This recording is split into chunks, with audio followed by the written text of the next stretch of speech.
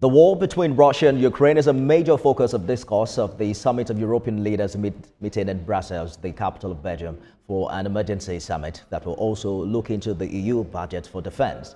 French President Emmanuel Macron has warned that Europe is at a turning point of history, and the President of the European Commission says Ukraine must prepare to defend itself. Let's give you more updates in this report.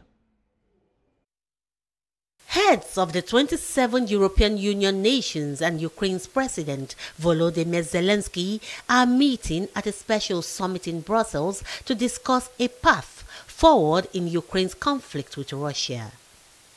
They are hoping to put together a peace plan which might satisfy both Kyiv and Washington. This is in the face of U.S. President Donald Trump's announcement Monday this week that he would suspend aid to Ukraine, and another decision he made to pause intelligence sharing with Ukraine. The European leaders are expected to discuss how the body can further support Kyiv, as well as a defense budget. Since the Trump and Zelensky tough meeting at the White House last week, nerves have grown increasingly frayed across Europe. The ongoing summit leaves telltale signs EU officials are looking into President Trump's approach to a ceasefire very seriously. The Ukrainian president thanked Europe's leaders for the emergency summit, saying Ukrainians are very thankful and they do not feel alone. The president of the European Commission, Ursula von der Leyen, says the summit marks a watershed moment for Europe. She emphasized on the importance of standing together, saying Ukraine is part of the European family which must be able to protect and defend itself. The incoming German Chancellor, Friedrich Merz, says he is willing to discuss increased nuclear sharing. Also, in his concern about Ukraine's tension, Emmanuel Macron says France is open to discussing extending the protection offered by his country's nuclear arsenals with its European partners. On his part, the Prime Minister of the United Kingdom, Keir Starmer, says a small group of European nations would work with President Zelensky on a ceasefire proposal, then present it to the United States. For more on Ukraine peace negotiation, I'm joined by global affairs analyst Khaled Nweke. He joins me live from Brussels in Belgium. Mr. Nweke, thank you for joining us on the news this hour. So you are right at the center of that conversation, and we are hearing Zelensky saying, we are grateful we're not alone. Some say perhaps it's learning to say thank you more these days, considering what transpired at the Oval Office.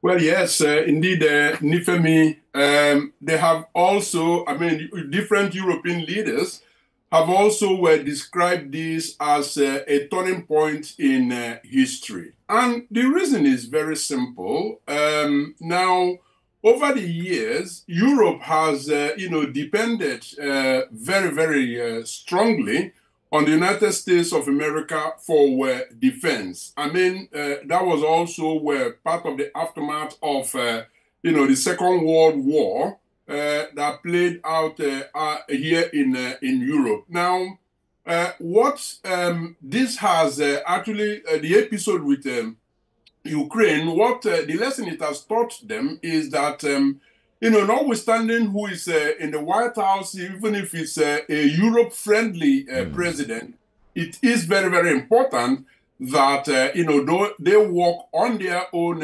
independent, defense system. And so, quite apart from, coming together at this summit to discuss how they are going to stand solidly behind Ukraine, that is indeed very lucky to have Europe standing behind and beside them.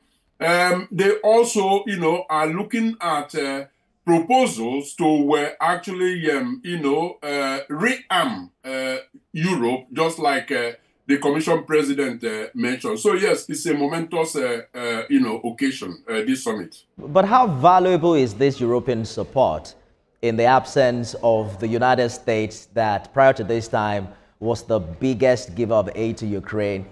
We hear that it's also paused its intel to Ukraine in the course of this war. You think Europe can fill the void? Europe will have a very, very tough time filling the void. And I do not know that Europe is actually, thinking that they are going to fill the void entirely.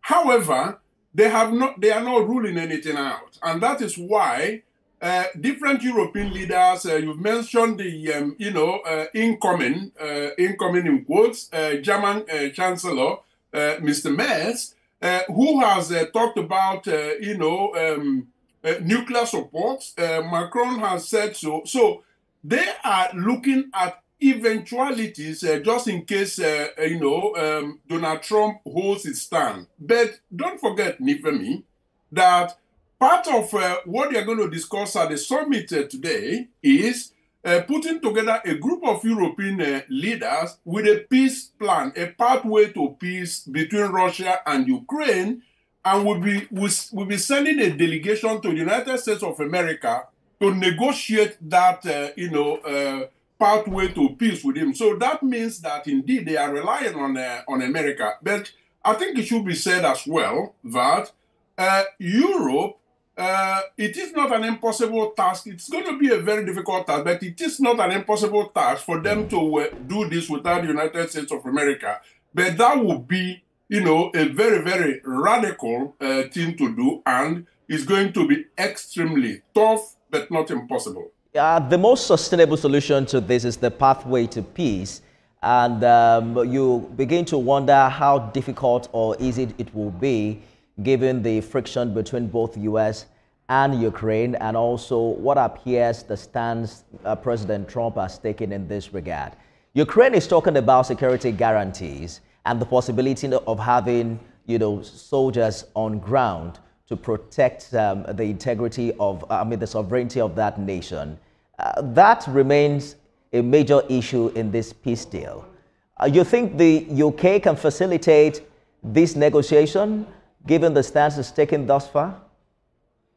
Well, Donald Trump may have ruled out, such security commitment, security guarantee to Ukraine, but European leaders haven't ruled that out. As a matter of fact, it's one of the cardinal points of the agenda of the ongoing summit, just behind me somewhere here in Brussels, because they want to create a structured multi-year military aid program to supply Ukraine with weapons, training, and intelligence. They also want to explore bilateral or EU-level security guarantees to reassure Ukraine, even if NATO membership remains, a distant possibility. So you see, America under Donald Trump cannot be counted on to, give those security guarantees, which Ukraine very, very desperately needs.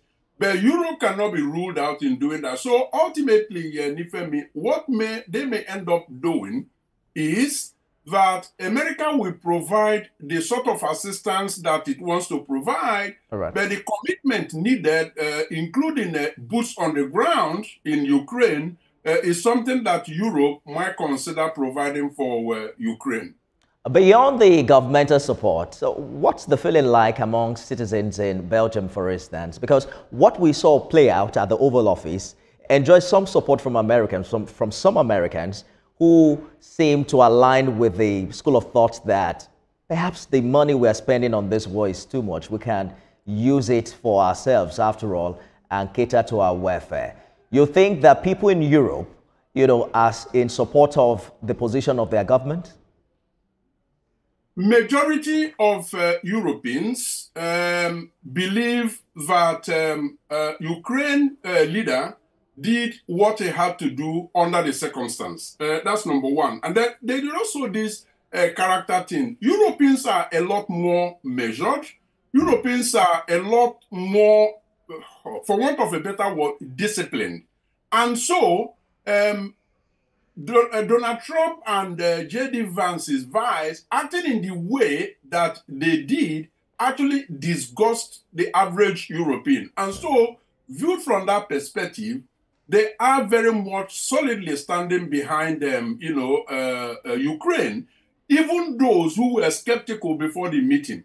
Now, ultimately, it comes down to to cash, and so when they are dealing with a cost of living crisis and so on and so forth, and some right-wing politicians are managing to convince them that the reason foods are going up in the shelves of the supermarket it's because of their support for Ukraine. The money is going to Ukraine. Of course, it creates a level of complication that they still have to deal with. But ultimately, I think in Europe, common sense always wins. And this is definitely not going to be different. All right, I guess we'll see how much help Europe can offer Ukraine.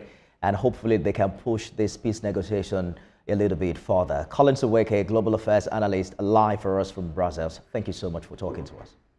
Always my pleasure. Thank you, Nifem, for having me.